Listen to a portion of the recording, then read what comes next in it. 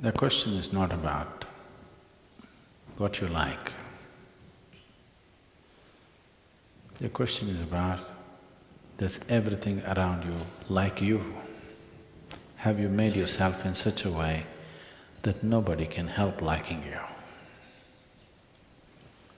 You like something, you dislike something, it doesn't mean anything, because both what you like and what you dislike are two different kinds of bondages. Both what you like and what you dislike distorts your perception. If you like somebody, you will exaggerate them in your mind. If you dislike somebody, for sure you will exaggerate them in your mind. Exaggeration means you are unable to see things as they are. If you're unable to see things as they are, you can never handle life the way it should be. So liking and disliking exaggerates either in positive ways or in negative ways, but it exaggerates or it distorts life. So what you like is not important. Have you made yourself in such a way, not just people, just everything likes you. Every creature around you likes your presence. Even the flowers, the plants and the trees like you. How can the plants and the trees like me? They are very sensitive to who you are. They are extremely sensitive to who you are. They respond accordingly. If you make yourself in such a way that the very earth that you walk upon likes you, then you will see everything in your life will become a blessing. If everything around you dislikes you, you will see everything that could be well-being could become a curse. Right now, there is no curse sitting upon human life. It is things that people want, it's things that people aspire for, things that they work for, strive to have in their life, which turns into curses in their life. Their work, their property, their relationships, their own body, their own mind, which is the cancer of their life. Misery is not raining. Never is raining misery. It's just that things that you like have become source of misery. If you strive to make yourself in such a way, you cannot be helped. Nobody can help liking you. Life will blossom better. Everything will yield their best to you, not their worst. But if you go by what you like, not always life will yield its best. You may have everything and still have nothing.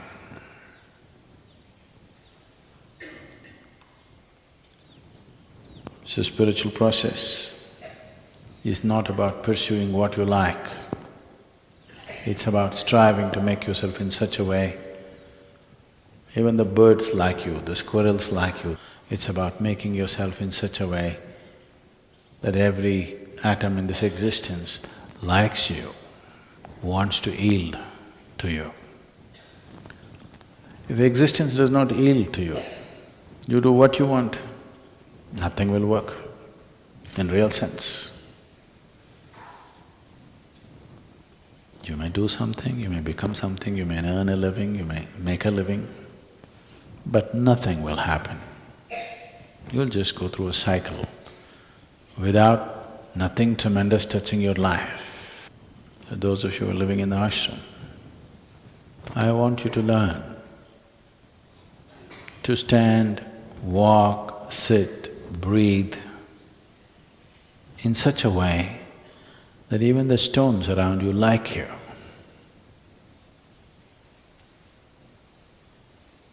How do I know whether they like me or not?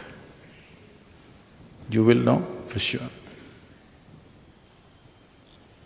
If you're sensitive about being like that, you will also know, you will also be sensitive enough to know that. If you are never sensitive about these aspects, you will not have the sensitivity to know. Otherwise, distinctly, you will know. Do not become in such a way, everything has to be shouted into your ears. You must become in such a way, if you look at somebody before they speak, you know. For this, you need a certain sense of receptivity. Receptivity will not happen to you if you're too full of yourself. The less you are, the more you receive. The more you are, less you receive. If you're too full of yourself, nothing bigger than your nonsense will happen to you. If there's no such thing as myself, you simply sit here, the whole existence will dance within you. You will become an instrument of the Creator. Otherwise, you will be a bundle of thoughts, emotions, prejudices and rubbish. This is the choice every human being has. Either to exist here as a limb of the Creator, as a Ishanga, we're calling them these days, or to exist here as a bundle of thoughts, emotions and nonsense that you have gathered. This choice is available to us every moment of our life, continuously choosing to be like that. If this striving is there, it will deliver you to a different place of gracefulness, where every stone, every pebble, every rock, every tree, every atom in the existence speaks to you in a language that you can know. Otherwise, you are alone in this vast existence, feeling constantly insecure, unstable, psychologically challenged. It's a choice. It is not a gift, it is a choice. One makes the right choice, right things will happen. One makes the wrong choice, wrong things will happen. It's a very fair and just existence, I want you to know. It doesn't spare anybody. It doesn't spare anybody. It's not like a social structure that some people can get away with wrong things. In this existence, it doesn't spare anybody. It doesn't matter who you are. If you jump off the roof, the earth will break your leg. Yes? Raja, Ranka, Fakir, everybody. Nobody is spared. Doesn't matter who you are, no exemptions. And nobody is barred. Anybody who is willing, for everybody the possibility is open. For everybody, the stick is also there. You make the right choices, everything is open. Make the wrong choices, everything will need you in a different way. So if pain comes, suffering comes, misery happens, it's not time to look around. This is always the problem. If you are miserable, you think somebody else need to be fixed. No, no, no, no. If you are miserable, this needs to be fixed, not somebody else. No, I'm miserable, fix the situation for me. No, no, no. If you're miserable, who should be fixed? If you are sick, who should be given the medicine? Shall we give it to somebody else when you're sick? If you are hungry, shall we give the food to somebody else? No. It only works if you give it to this, isn't it? If food is like that, medicine is like that, is that not true with every other aspect? That if you are miserable, something else or somebody else need not be fixed, only this one needs to be fixed. Just to understand this simple fact, people take lifetimes.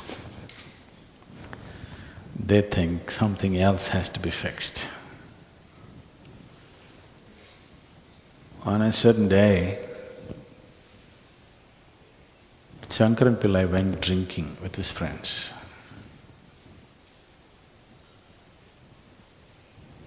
Yogis and drunkards both are timeless, you know. They don't know the passage of time. He went drinking. He intended to go back home at 8 o'clock, but drink after drink and time, he became unconscious of time. When he looked at the watch, it was 2:30 a.m. So he thought it's really late and he wants to get back home quickly, so he took a shortcut. And he was walking through this shortcut on his unsteady legs, and he fell into a thorny bush. His whole face was scratched up. So in this condition, he went home and tried to find the keyhole. That took another half an hour. Opened, went inside, went into the bathroom and looked at himself in the mirror. He was bleeding all over the face. So he opened the medicine chest, fixed himself whichever way he could, and quietly crawled into the bed and slept. Morning 8 o'clock, his wife took a bucket of cold water and threw it in his face. He got up, said, "You idiot, once again drinking?" He said, "No, honey, I haven't touched a drop. 6 months ago when I promised, since then I haven't touched a drop." She held him by the shirt, dragged him into the bathroom and showed him. The band-aid was all over the mirror.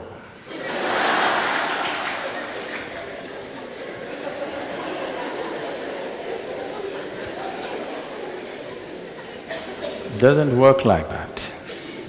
Only somebody who is completely unconscious will do such things. If it's hurting here, you will fix it there, because you're completely unconscious or inebriated. So whenever you're miserable, you want to fix that one and that one and that one. No, no, no, this one needs to be fixed. If you put band-aid on the mirror, it doesn't heal your wounds. You have to attend to the wound. And both your miseries and joys are caused from inside, so it needs to be attended here, not somewhere else. The sooner you learn this, the more graceful and wonderful your life will become.